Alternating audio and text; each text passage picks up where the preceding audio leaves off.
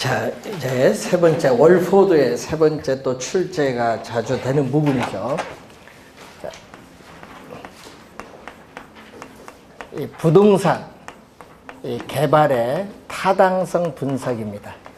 자, 이 타당성 분석을 공부할 때는 이 분석의 이 타당성 분석에 있어서 이 분석의 유형 체계가 5가지로 나누는데 우선 그것부터 먼저 보시는데 181쪽이 보시면은 이 부동산 분석의 유형 체계가 지금 5가지 순서로 나와 있는데 시험에는 여기서 출제를 제일 많이 하고 있는 부분입니다.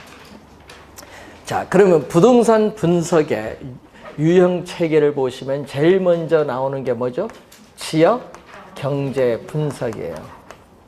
자, 지역 경제 분석을 보면은 자, 거기에 교재 보시면은 이 분석 대상 지역의 뭐 고용 관계, 소득 수준, 또 인구 이런 총량 지표를 가지고 우리가 분석을 해요. 그 지역.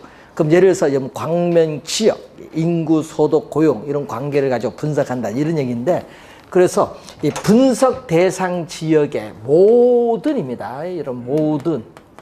이게 포인트예요. 모든 부동산, 이 지역 내에 모든 부동산의 수요와 부동산 시장에 영향을 미치는 요인을 분석하고 확인하고 예측하는 작업으로서 넓은 의미, 거시적 측면, 지역 전체를 분석하는 거니까 넓은 의미의 분석이 됩니다. 자, 이 지역 경제 분석을 토대로 해서 두 번째 나타나는 게 바로 무슨 분석? 시장 분석이에요. 시장. 자, 주의를 좀 해야 되는데 시장 분석은 모든 분석이 아니다. 모든이 아니라 여기는 특정. 예를 들면은 상업용 부동산, 모든 부동산이 아니라 특정. 여기는 특정 유형의 부동산에 대한 수요와 공급 상황을 분석을 해요. 그래서 전반적인 가격 수준, 또 가격 수준이 어떻게 변화하느냐, 이 전반적인 가격 수준과 이 가격 수준의 동태적 경로, 시간이 경과에 따라 어떻게 변해 나가는가, 동태적인 경로를 분석을 하는 작업을 많이 합니다. 자, 그래서 이 시장 분석은 분석 대상 시장의 범위를 우리 상권으로 표현하는데 이 상권의 범위가 나오죠. 자, 상권의 범위를 보면은 우선은 이 개발 부동산, 이 개발 부동산에 있어서 수요가 어느 정도까지 대체할 수 있느냐, 이 수요의 대체성, 또 경쟁하고 있는 부동산이 어디까지 있느냐, 공간적 분포와 밀접한 관련을 가지고 있습니다. 자, 그리고 우리 또 마케팅 가서 볼 텐데 이 인구, 경제학적인 특성, 이 수요자가 가지는 특성에 따라 시장을 뭐한다? 세분화하고 또 공급되는 제품의 특성에 따라 시장을 뭐한다? 차별화하는 것도 어디서 나타나는 분석? 시장 분석에서 합니다. 시장 분석. 자, 그러면 이 지역 경제 분석과 시장 분석을 토대로 해서 세 번째 뭐가 나타나죠? 시장성 분석. 주의해야 될 건요. 시장 분석과 시장성 분석은 같은 용어가 아니다. 그리고 시험 문제는 우리는 이 시장성 분석을 제일 많이 출제합니다. 지문 속에. 시장성 분석. 시장성 아까 배우셨나요? 매매 또는 임대될 가능성. 그 키워드, 그 지문을 잘 출제합니다. 그래서 개발된 부동산이 현재나 미래의 시장 상황에서 매매되거나 임대될 가능성을 조사 분석. 이 지문을 계속 출제합니다. 그 지문 2번 지문이죠. 밑에서 세 번째 그 체크. 1번 보시면 주어진 입지에서 우리는 개발 형태에 따르는 수요자의 선호와 경쟁 환경을 분석을 하여 개발 사업의 시장의 흡수율과 분양 실적을 극대화하는 토지의 최유효 이용 방안을 연구하는 작업이 시장성 분석입니다. 자, 이 시장성 분석이 나오고 그 다음에 네 번째가 타당성 분석이 나와요. 타당성 분석인데 아까 여러분이 앞 시간에 배우셨던 여러분 흡수율 분석이 있죠? 흡수율 분석은 어디서 하냐 하면 여기서 이루어져요. 시장성 분석에서. 그리고 타당성 분석은 개발 사업을 성공적으로 수행할 수 있을지 여부를 분석하는 겁니다. 자, 여기서 성공적이라는 의미는 개발 사업이 투자자들의 자금을 끌어들일 만한 충분한 수익성이 있는지 여부를 분석해. 충분한 수익성이 있느냐. 그래서 분석할 때는 뭐를? 세금을 납부한 이후에 세후 현금 수지 정보를 뭘로? 근거로 해서 분석을 하죠. 자, 타당성 분석이 되면은 그 다음에 뭐죠? 최종적으로 개발 사업을 할 거냐 안 할 거냐 결정하는 무슨 분석? 투자 분석이 이루어져요. 5단계. 요 순서는요 17회 시험에 한번 냈거든요. 근데 그때 당시 또 잘 틀리는 게 요것이 왔다 갔다 해요. 2개가 어느 게 먼저인지. 그래서 그때 많이 틀렸고, 또 요 학자에 따라서는 요 3가지를 묻는데, 자, 여러분 교재에 181쪽에 있어서 거기에 4번에 보시면은 위에 동그라미 4번에 보시면은 이것을 학자에 따라서는 이 3가지를 묶어서 뭐라고 한다? 시장 분석. 또 요 2가지를 묶어서 경제성 분석이라고 해요. 그래서 이 시장 분석을 먼저 하거든요. 이 부동산 개발의 타당성 분석은 시장 분석을 먼저 하기 때문에 시장 분석을 무슨 분석? 선행. 먼저 한다. 그리고 이 시장 분석에서 구한 자료를 활용하여 경제성 분석이 이루어지기 때문에 경제성 분석은 나중에 이루어지는 무슨 분석? 후행 분석이라고 해요. 자, 그 3번 지문 볼까요? 3번 지문은 요거 얘기예요. 시장 분석은 뭐예요? 개발 사업의 시장에 초점을 둔 연구야. 시장에. 그리고 요거는 투자할 거냐 안 할 거냐 결정하니까 경제성 분석은 개발업자의 결정에 초점을 둔 연구가 무슨 분석? 경제성 분석이에요. 자, 그러면은 시장 분석은 여러분 교재에 또 어디냐 하면 왼쪽 180페이지에 그 예제 문제 바로 위에 보시면은 시장 분석은 뭐죠? 개발 사업, 특정의 개발 사업이 시장에서 채택될 수 있느냐? 시장에서의 뭐를 보는 거죠? 채택 가능성 여부. 자, 시장에서의 채택 가능성이 있느냐 없냐? 이 여부를 평가하기 위해서 고안된 것이 시장 분석이고, 경제성 분석은 특정 개발 사업의 뭐를? 오늘 수익성 여부를 평가하기 위해서 고안된 건데, 수익성이 있으면 개발 사업 채택, 수익성이 없으면 개발 사업 기각. 그래서 뭐죠? 최종적인 의사 투자 여부, 최종적인 개발 사업에 대한 투자 여부를 결정하는 것이 바로 무슨 분석? 경제성 분석. 뭐 이 내용이 뭐 여러분 제일 많이 출제를 하는 부분이죠. 자, 그 내용 위주로 한번 우리가 공부하시면 되겠습니다. 자, 182쪽으로 가시면은, 자, 부동산 개발의 유형이 나오는데 신개발과 재개발로 나누죠. 여러분 요즘 뉴스였던 우리 3기 신도시 개발 정부가 발표했는데 이것은 신개발에 속해요. 신도시 개발 사업은. 그럼 재개발 여러분 많이 듣죠. 근데 우리는 뭐만 공부하냐 하면 거기 보면은 이 도시 및 주거환경정비법 제2조에 나오는 정비사업의 분류에 3가지가 나오죠.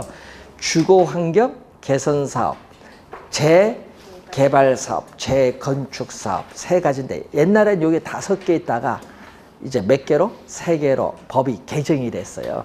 이거는 공법에서 여러분 배우시면 됩니다. 옛날에 많이 출제했는데. 자, 그래서 우리는 184페이지에 개발 방식의 유형으로 가는데, 이게 가끔 또 시험 지문에 또 자주 나와요. 별표 2개로 한번. 개발 방식의 유형을 보면은 단순 개발 방식이 있어요. 여러분 토지의 취득 방식입니다. 자, 토지의 취득 방식에 따라 개발 방식을 여러 유형으로 지금 나누는데, 단순 개발 방식은 토지 소유자에 의한 자력 개발이에요. 대표적인 예를 들면요, 토지의 형질 변경 사업이에요. 그러면 토지의 형질을 변경하는 사업은 토지 소유자의 소유권 변동이 없거든요. 토지 소유자의 소유권이 변동이 없으니까 뭐죠? 권리가 변하지 않는다. 자, 시험 문제는 이제 나오는 게 뭐죠? 환지 방식. 자, 여러분 정책에서 나오는데 뭐죠? 효율성이 낮은 토지를 뭘로? 우리는 효율성이 높은 토지, 택지로 만드는 거예요. 그러면 자, 택지로 개발되기 전에 토지의 위치, 지목, 명적, 용도, 또 어떻게 돼요? 기타 필요 사항, 등급죠. 토지 등급은 9등급까지 있는데 토지 등급, 이용도, 기타 필요 사항을 고려하여 택지로 개발되기 전을 택지로 개발된 후에 또 환지 평가를 해. 평가에서 뭐를 적용? 가치가 높았으니까 감보율을 적용해서 원 토지 소유자에게 토지를 뭐 한다? 재분배. 시험에는요, 매각으로 출제합니다. 재분배합니다. 그리고 감보율을 적용했잖아요. 그래서 채비지를 또 뭐 한다? 매각을 함으로써 어떻게 돼요? 공공사업에 대한 비용을 충당하죠. 채비지는 뭐 한다? 매각하는 거예요. 자, 우선은 환지 방식 중요합니다. 자, 그리고 매수. 매수 방식은 여러분 개발 대상 지역의 토지를 전면 매수하는 것을 원칙으로 하는데, 우리는 강제 토지를 뭐 하는 방식이다? 예, 수용하는 방식이에요. 자, 환지 방식은 원래의 토지 면적보다 가치가 높으니까 적게 환지가 되잖아요. 그래서 토지 소유자의 권리가 뭐가 돼? 축소가 돼요. 월 면적 환지 평가를 통해서 재분배될 때 원래의 면적보다 적게 가요. 그럼 요거는 뭐죠? 수용을 하면은 보상 평가를 통해서 보상을 해주니까 끝이죠. 토지 소유자의 권리가 완전히 뭐가 돼? 소멸돼. 그러니까 토지 소유자의 권리가 요거는 완전 소멸되기 때문에 토지 소유자에 대한 사적 권리에 대한 침해가 가장 큰 개발 방식은 수용 방식이에요. 수용 방식. 자, 그리고 또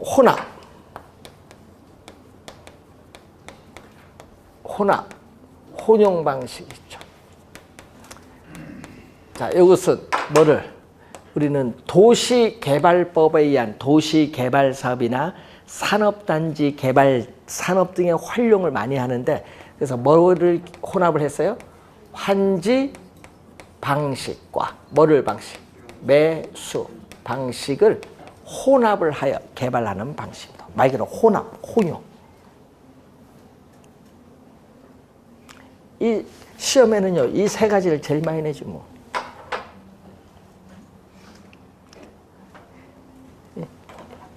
올해는 이쪽이 좀 중요해요. 환지. 올해 시험은 환지 쪽이 좀 중요합니다. 자, 그리고 여러분 교재에 이 185페이지로 넘어오면은, 자, 또 우리 배우셨죠?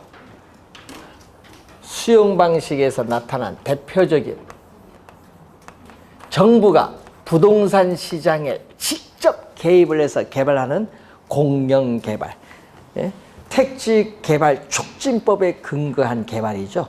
그래서 어떻게 돼요? 주거용, 상업용, 공업용, 공공용으로 구획해서 조성된 택지를 매각합니다. 그래서 계획적인 토지 이용이 가능하다는 장점이 있어요. 그래서 토지 이용의 효율성을 높여줄 수 있고, 또 저렴하게 토지를 수용해서 조성된 택지를 비싼 가격으로 민간에 매각을 하기 때문에 개발 대상 지역 내 개발 이익을 환수할 수 있는 장점이 있어요. 또 공공용으로 공급하잖아요. 공공용지를 환지 방식에 비해서 보다 쉽게 확보할 수 있는 장점을 가지고 있습니다. 단점은 뭐예요?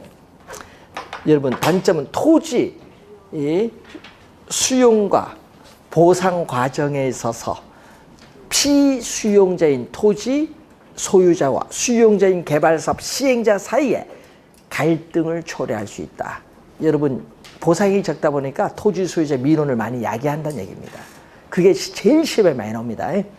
그리고 한꺼번에 보상을 해주기 때문에 개발사업 시행자의 초기 부담이 높고 그래서 정부는 재정 지출을 효율적으로 관리하기 어려운 단점이 있어요. 그리고 한꺼번에 보상을 해주면 통화량이 팽창돼서 물가가 상승할 우려가 있고 또 수용당한 사람은 인근 지역의 대토로 인해서 인근 지역의 집가를 앙등시킬 우려도 있다는 문제점이 있습니다. 자, 여러분 정부가 이틀 전에 예비적 타당성 면제에서 뭐 개발사업 발표를 했는데 그 돈이 뭐 얼마라고 해요? 보통 추계한 것만 지금 대략 추계한 게 24조 정도 된다는데 근데 그게 추가 또 들어간 돈이 있을 거 아니에요.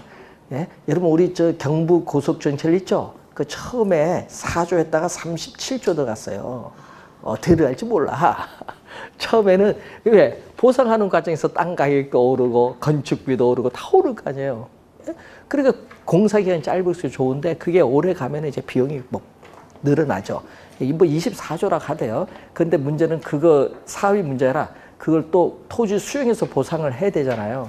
지금 정부가 또 이제 골치 아프지. 이제 보상 이제 또 소송에 하나 걸린 게 있어서 그래서 그 보상 비용만 22조래요. 예? 그러니까 어떻게 돼? 이제 보상도 이제 골치 아파요. 왜냐? 원래 공시지가가 많이 올랐거든요. 그래서 또 쉽지가 않을 거예요.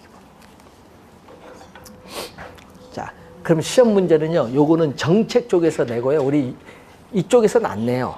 이쪽에서는 요걸 내요. 요거. 개발 사업 주체에 따라 우리는 개발을 공영 개발과 뭘로 나눈다?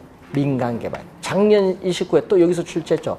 27회 시험도 정답이고 29회도 정답을 여기서 물었어요. 뭐 사업 수탁 방식과 토지 신탁에서 정답 물었죠. 민간 개발 방식. 이게 중요해요. 민간이 중요하죠. 민간. 자, 거기에 자체 개발. 여러분 개발 사업의 규모가 작을 때는 뭘 한다? 본인이 직접 개발하죠. 자체 개발 방식. 예? 개발 사업의 규모가 작을 때는 본인이 직접 개발합니다. 자, 토지 소유 주체는 누구? 토지 소유자가 가지고 있어요. 또 개발 사업에 필요한 자금 조달도 누가 한다? 토지 소유자가 해. 그러다 보니까 자금 조달의 부담이 크다는 문제점도 있어요. 그리고 또 개발 사업 시행의 주체도 토지 소유자 본인이 해.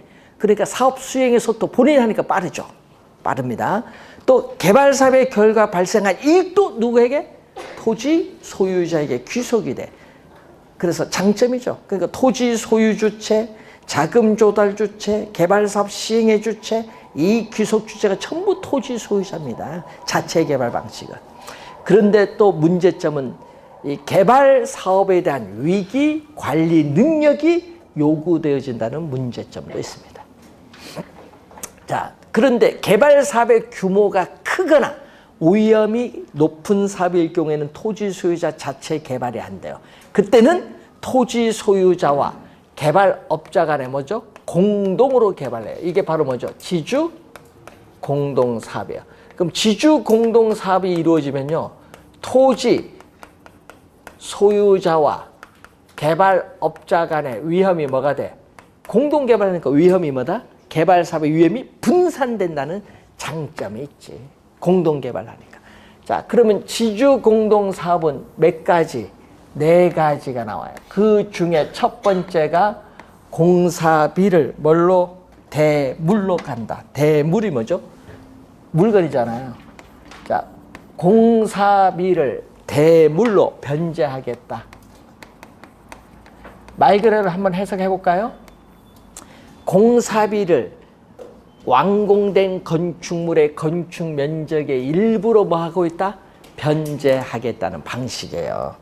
자, 그런데 이것을 시험 문제는 공사비 대물 변제형으로 출제를 안 해요. 출제는 요걸로 해요. 26회도 출제, 요거 개념 물었잖아요. 출제는 이걸로 출제한다. 뭘로? 등가 교환 방식으로 출제한다. 출제. 출제는 요걸로 합니다. 등가 교환 방식.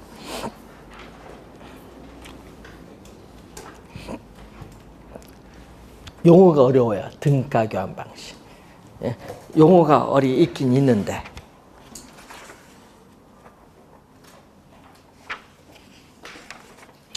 여러분 188페이지에 있는 표도 참고해서 보시면 됩니다.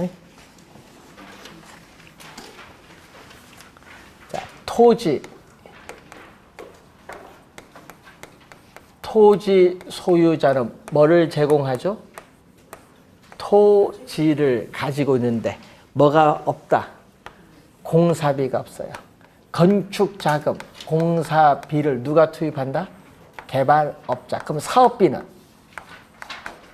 자, 여러분 그 또 표에 보면 사업비는 누가 투자하는 거예요? 토지 소유자가 사업비는 투입을 하고 건축자금, 공사비를 개발업자가 투입을 하는 거예요. 공사비를 투입을 해요. 그래서 투입을 했더니 이제 완공된 건축물이 있죠. 자, 완공된 이 건축물을 토지 소유자는 토지를 가지고 있으니까 이 평가한 토지의 가격이 있겠고, 개발업자는 뭐를 투입했어요? 건축자금, 공사비를 투입을 했잖아요. 개발업자의 공사비, 건축자금 비율의 기초에서 우리는 뭐에 따라? 토지 가격과 건축자금 비율, 이 기여도에 따라 토지 건물, 토지에 건축물 지었으니까 토지 플러스 건물에 있어서의 지분을 나눠 갖는 거예요. 토지 건물의 지분을 기여도에 따라 배분을 받는 거예요. 나누어 갖는 겁니다. 그 지분에 따라 배분이 되기 때문에 뭐가 없다? 수수료 문제는 발생하지 않는다. 개발업자가 수수료 안 받는 거예요. 수수료 지분에 따라 나누어 갔기 때문에 수수료 문제는 발생하지 않는다. 이게 등가 교환 방식. 그래서 토지는 누가 가지고 있어요? 결국은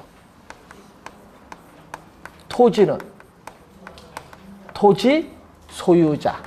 그리고 개발 사업을 시행하는 주체도 누구다? 토지 소유자. 토지 소유자. 그럼 이익은 공동개발이니까 이익은 토지 소유자와 개발업자 간의 지분에 따라 이익을 상호 배분이 돼. 지분에 따라. 자, 사업 시행 주체는 토지 소유자입니다. 자, 또 27회 시험에 또 출제를 또 했던 거죠. 자, 여러분이 토지 소유자가 건설업체에 공사를 발주를 해요. 그러면 개발업자, 이 건설업체는 어떻게 돼요? 이제 분양을 하겠죠. 그러니까 분양을 합니다. 예? 그러면 여러분 우리 과거에 착공하기 전에 조감도 갖고 분양을 하거든요. 분양을 딱 합니다. 그러면 뭐가 들어와요? 분양 대금이 들어와요. 그 분양 대금의 일부를 뭘로 지급하겠다? 분양 대금의 일부를 공사비로 지급을 하겠다. 그래서 이것은 자금 동원 능력이 없는 개인이나 기업이 많이 행하는 방식인데 요걸 했잖아요.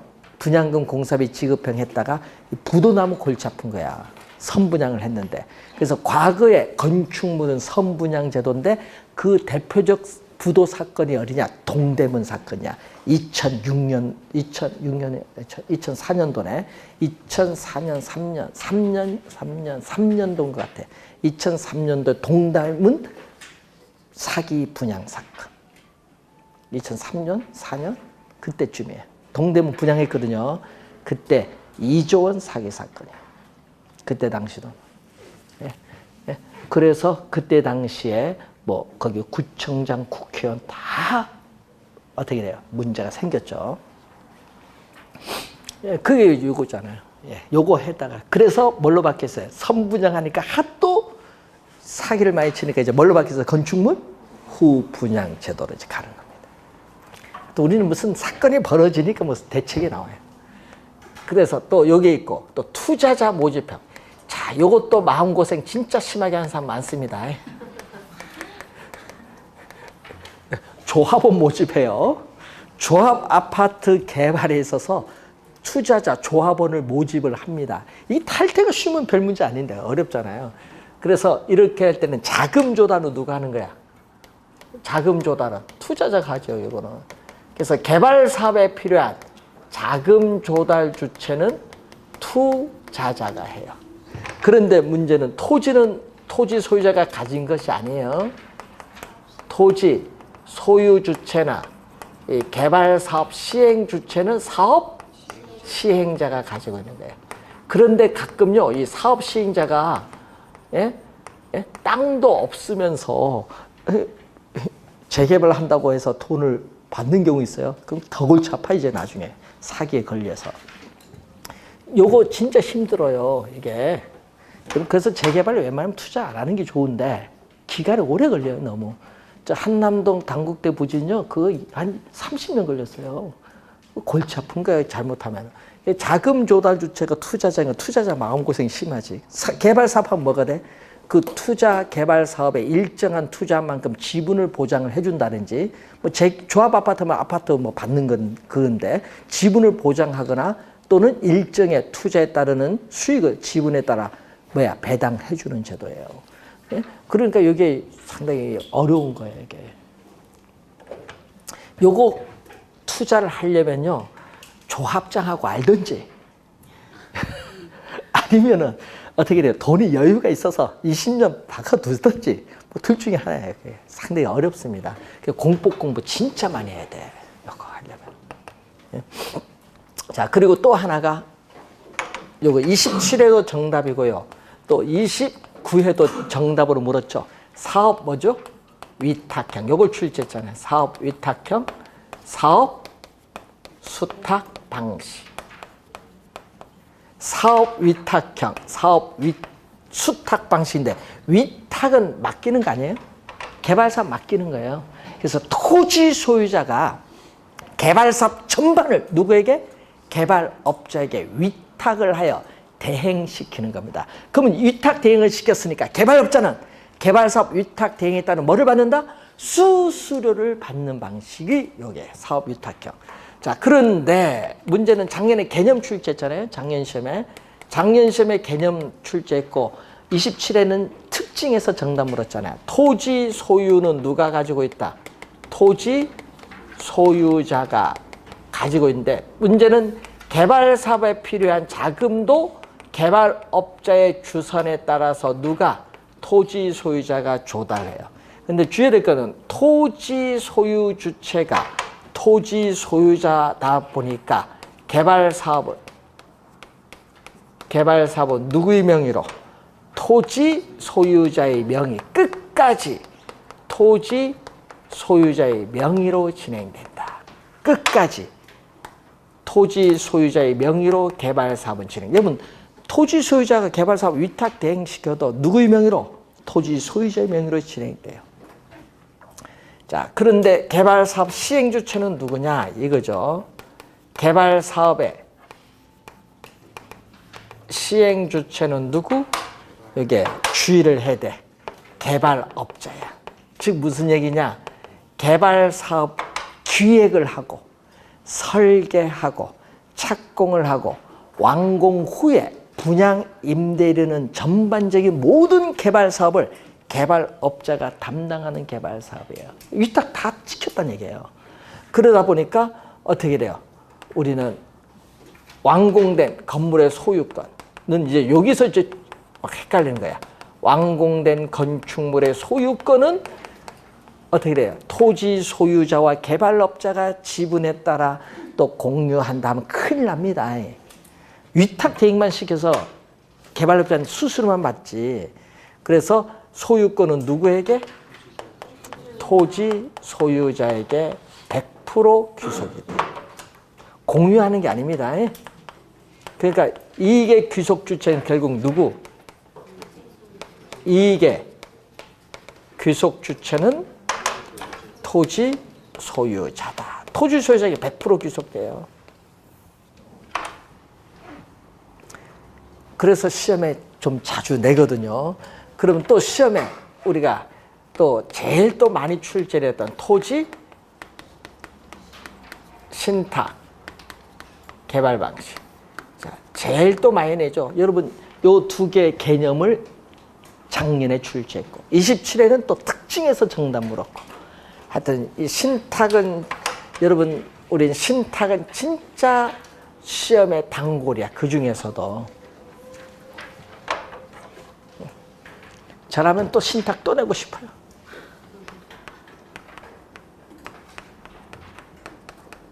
토지 소유자를 우리는 뭐다? 위탁자. 위탁자, 신탁자입니다. 예? 신탁하는 사람, 신탁자. 말 나오면요, 이게 해석이 안 돼서 막 틀려요. 위탁자, 신탁자입니다. 그런데 신탁회사, 우리나라는 11개가 있거든요. 부동산 신탁회사 11개가 있는데, 요걸 좀 확대를 좀 3개 더 늘리려고 하고 있습니다. 최근에. 요걸 뭐죠? 수탁자. 신탁 받는 사람. 자, 그러면 토지 소유자는 땅을 가지고 있어요. 그런데 땅은 있는데 돈도 없고, 예? 개발사업 어떻게 돼? 전문성도 없어. 땅만 가지고 있어. 근데 자기는 그 땅을 이용해서 수익을 좀 얻고자 해. 그럼 맡기면 되지 뭐. 그래서 몇 년, 20년, 30년 어떻게 기간을 맺어서 맡기면 돼요. 그래서 뭐를 한다? 우리는 기간을 약정해서 토지를 신탁회사에 뭐 한다? 신탁이야. 뭐 한국토지신탁, KB부동산 신탁, 다올부동산 신탁 뭐 많이 있잖아요. 맡기면 돼. 맡기면 이제 뭐를 해야 된다? 맡기면은 증을 하나 받아야지 뭐. 뭐를 해야 돼? 수익증권을 신탁회사는 발행해서 토지 소유자에게 지급을 해요. 예? 수익을 받을 수 있는 증권.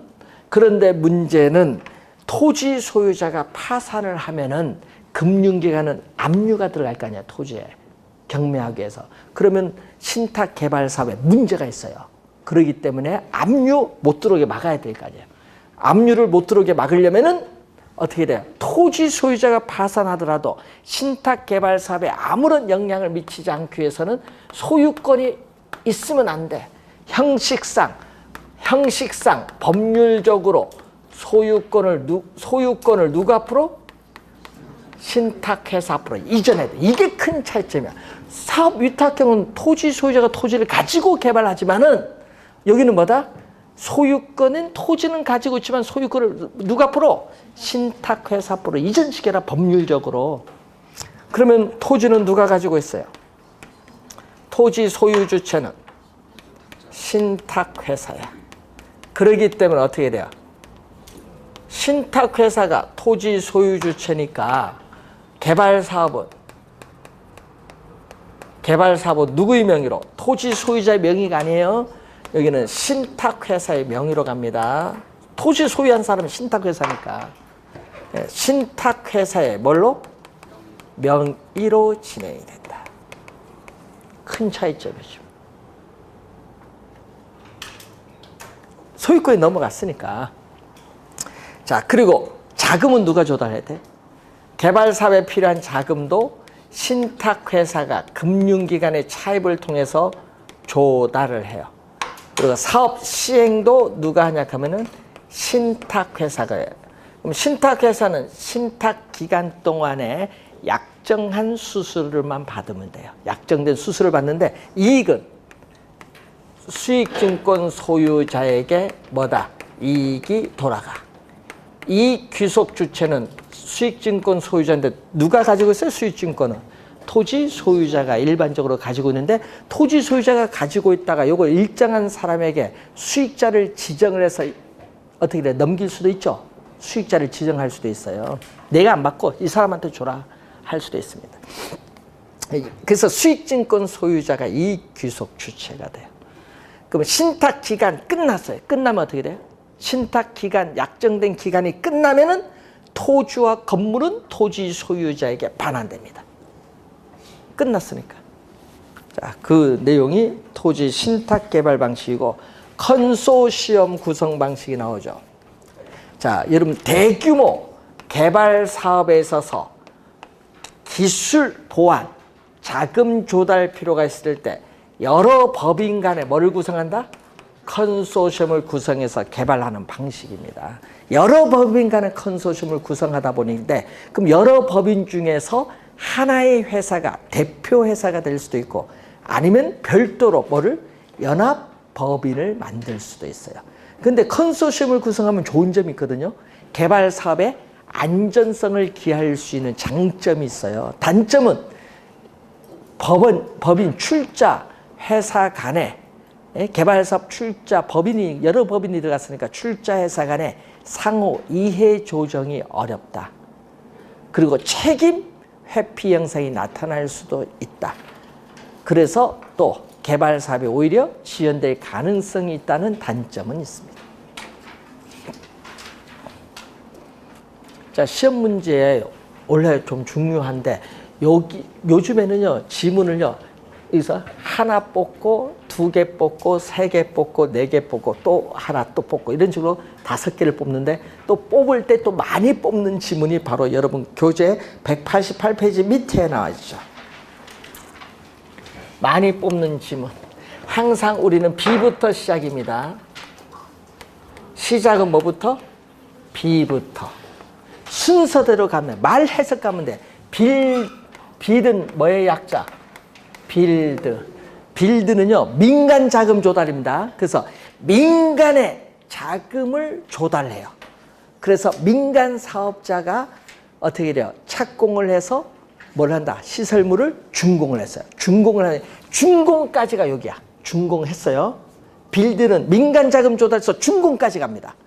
준공을 해서 그 다음에 O 하면 뭐죠? O 하면 operate. 이걸 시설에 대한 관리 운영권이라고 해요. operate.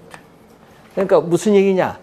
준공을 했잖아요. 그 민간 사업자가 그 시설물을 정해진 약정 기간 동안에 뭐를 운영 관리하는 권리야. 뭐를 한다? 여러분이 이용을 하죠. 그럼 그 사용료를 받아서 투자한 자금을 회수하는 거야. 그러면 정해진 약정 기간이 끝나면은 그 시설물은 누구? 국가 또는 지방자치단체에 뭔다? 이전을 해. 트랜스퍼. 트랜스퍼는 뭐다? 이전을 한다. 트랜스퍼. 이전. 소유권이 국가 또는 지방자치단체에 이전된다. 이전. BOT. 자, 여러분 롯데월드 아시죠? 잠실 롯데월드 끝났어. 30년 기간 끝났어요. 그러면 그 시설물을 서울특별시에 소유권이 이전됐는데 서울특별시는 안 받아. 이전 받았는데 안 받아. 왜? 대폭 수리해야 되는데. 그 시설물 계속 수리하고 보수하고 뭐 다 해야 되는데 30년 동안 얼마나 됐겠어요. 근데 롯데에서는 그거 고칠까 안 고칠까요? 안 고치지. 넘겨준다. 왜 고쳐? 그러니까 서울특별시 안 받겠다. 너네 계속해. 그 롯데가 그러면 몇 년 보장해 줄 건데 이제 묻지. 그래야 고칠지 마칠지 결정을 해야 되니까. 그런 거예요. 예? 요 BOT야, BOT. 그러면 그게 아니라 이번은 뭐다? BT가 있어요. 여러분 요즘 저 강원도 갈 때, 속초 갈 때 뭐 터널 엄청 많대요. 그 잘 다니죠? 그거 요거야. 준공했어요. 소유권을 국가 지방자치단체 소유권 이전했어요. 이전하고 그 민간 사업자, 국가가 아니 소유권 넘어갔는데 민간 사업자가 순서를 보면 돼. 민간 사업자가 정해진 기간 동안 그 시설을 어떻게 해요? 이용 관리를 해요. 그래서 여러분 돈 내죠? 그 내는 걸 가지고 투자 자금 회수하는 거야. 순서만 바뀐 거야. 터널, 아까 그런 고속도로 터널 이런 교량 공사할 때 많이 해요. 그리고 또 있어요. BTL 있어요. 요게 또 요즘 보니까 시험에 요게 좀 잘 내야 돼. L이 들어가서 그래. L. 니스야, 니스. 그럼 또 준공을 했어요. 준공을 해서 소유권은 국가 지방자치단체 이전했어요. 그런데 문제는 이 시설물을 국가 지방자치단체가 민간이 관리해야 되는데 안 하고 그걸 아예 리스를 받아. 시설물을 리스를 임차를 해요. 임차. 예? 리스. 그 시설을 국가 지방자치단체가 임차해서 손님이 있든 없든 뭐를 줘야 돼? 사용료를 누구한테 줘야 돼? 민간 사업자에 줘야 돼. 있든 없든. 예? 그게 임차를 하는 거예요. 국가 지방자치단체 리스 하는 거예요. BT에. 요거 여러분 시험 최근에 많이 나오고 있죠. 여러분 28회 출제했죠. 27회도 출제했죠. 예? 그 시험 문제 많이 출제를 해요. 17회 시험에 출제했고. 하여튼 많이 나옵니다. BOO. 요거는 뭐다? 오운. 오운은 소유권이죠. 자, 민간 사업자가 준공을 해서 소유권도 가지고 있고, 뭐도? 아프레이트, 뭐도? 시설, 관리, 운영권도 가져서 운영하는 방식. 그러니까 항상 뭘로? 순서대로 가면 됩니다. 해석만 잘 하시면 돼요. 자, 189페이지. TDR. 요즘 정책에서 작년, 재작년, 2년 연속 개념이 출제되고 있는 용어죠. 개념. 자, TDR은 개발권, 양도, 제도인데 현재 우리나라에서는 법적으로 시행되고 있지 않는다. 개발권 양도에 관한 법률이 없잖아요. 아직 시행되고 있지 않습니다. 하여튼 개념, 개발, 지역, 보전, 규제 지역에서는 토지 자원을 보전을 하니까 여기는 개발을 못해요. 예? 보전지역. 그래서 토지 소유자, 보전지역의 토지 소유자는 뭐를 한다? 개발 제한에 따르는 의도하지 않은 우발적인 뭐를? 손실을 입어요. 손실. 그런데 개발 지역의 토지 소유자는 여기는 개발을 하기 때문에 우발적인 이익을 얻게 돼요. 그러니까 여기는 이익 얻고 여기는 손해를 보니까 무슨 문제가 발생하죠? 형평성의 문제가 발생하고 있어요. TDR이 지금 형평성의 문제가 발생을 하고 있어요. 이 형평성의 문제가 발생되니까 이것을 뭐 해주기 위해서? 완화시켜주기 위해서 도입된 제도가 개발권 양도 제도다. 그럼 어떻게 완화시켜주냐? 그럼 보전지역의 토지 소유자로부터 뭐를? 우리는 소유권과 개발권을 뭐 한다? 분리를 시켜요. 그런데 개발권은 필요가 없네요. 자, 이 지역의 토지 소유자는 개발 못하니까 개발권이 필요가 없으니까 개발권 필요한 사람에 가야죠. 시장을 통해서 개발권이 필요한 개발 지역의 법적 허용 용적률 이상 개발을 원하는 토지 소유자에게 매각을 함으로써 우발적인 손실에 대한 뭐를? 보상을 보전받는 제도를 TDR. 이 개념을 작년, 재작년 2년 연속 정책이론에서 출제했습니다. 이 전체 내용은 19회 시험에 한번 출제를 했죠. 자, 시장을 통해서 매각합니다. 그럼 여기 보전지역 토지 소유자 손실을 보상 국가가 하는 게 아니죠. 국가 또는 지방자치단체 공공이 부담하는 것이 아니라 누가 부담한다? 개발지역 토지 소유자 사적 주체가 부담한다는 거. 자, 그러면은 개발지역에서는 토지 이용 밀도, 공적 규제입니다. 토지 이용 밀도가 바로 뭐죠? 용적률을 의미하는데 대표적으로 용적률의 뭐를? 상한선을 설정해요. 그러면 용적률의 상한선이 몇 프로다? 40% 설정했다.